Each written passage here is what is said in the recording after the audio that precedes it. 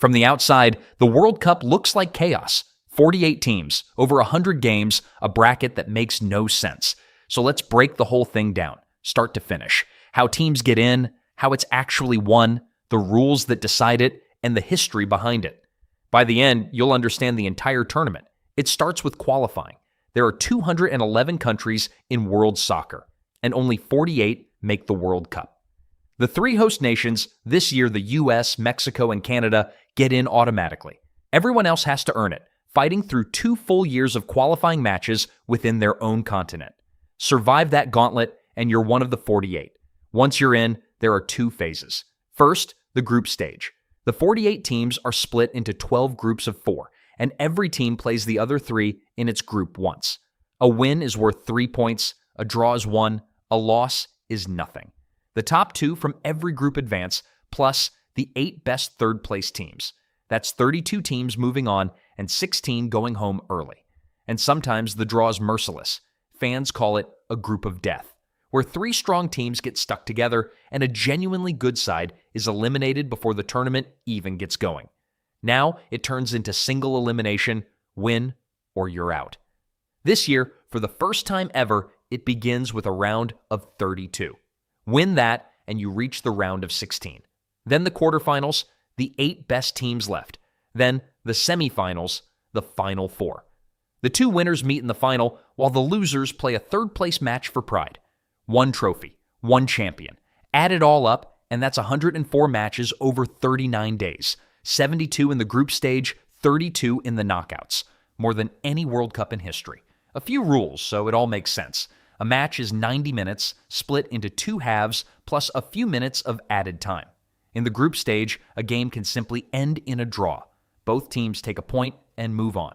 But in the knockouts, there has to be a winner. So if the score is level after 90 minutes, you play extra time. 2 more 15-minute halves. And if it's still tied after that, penalties. Each team takes 5 shots from the spot, 1 player against the keeper, and whoever scores more wins. It's the most nerve-shredding way to decide anything in sport, and it has settled World Cup finals. This year's tournament is spread across 3 countries and 16 host cities. 11 in the United States, 3 in Mexico, and 2 in Canada. It kicked off at the legendary Estadio Azteca in Mexico City, and it all ends with the final just outside New York on July 19th. Quick history. The very first World Cup was held back in 1930 in Uruguay, with just 13 teams, and the hosts won it. It's been played every 4 years ever since, pausing only for the Second World War. And it kept growing, 16 teams for decades, then 24, then 32. And now, this year, 48. It started as a small event. Now it's the single biggest one on Earth. As for the Giants, in almost a century, only 8 countries have ever won it. Brazil lead the way with 5 titles, more than anyone. Germany and Italy have 4 each. Argentina, the current champions, have 3. And here's a strange one. In the entire history of the World Cup, every single winner has come from either Europe or South America. No other continent has ever lifted it. Win this thing even once, and your country joins the rarest club in sports. And the goal scorers. The all-time record across every World Cup ever played belongs to Germany's Miroslav Klose, with 16 goals over 4 tournaments. But the wildest record is older. France's Just Fontaine scored 13 goals in a single World Cup back in 1958.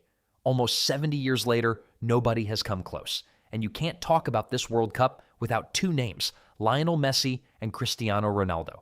For nearly 20 years, these 2 have been the greatest rivals the sport has ever seen. And somehow, they're both still here. This is their 6th World Cup, a record almost no player in history has ever reached, with Ronaldo playing at 41 and Messi at 38. Messi finally won the whole thing in 2022, the one trophy that had escaped him his entire career. Ronaldo never has, and this is almost certainly his last chance to. For both of them, it's the end of an era. So if you follow one storyline this year, follow theirs. And that's the whole machine. How you get in, how you win, and the history that makes it matter. Now, you can actually follow along. So go pick a team, find a game, and watch. And if this finally made the World Cup make sense, do me a favor. Hit subscribe. Then drop a comment and tell me, which country are you backing this year?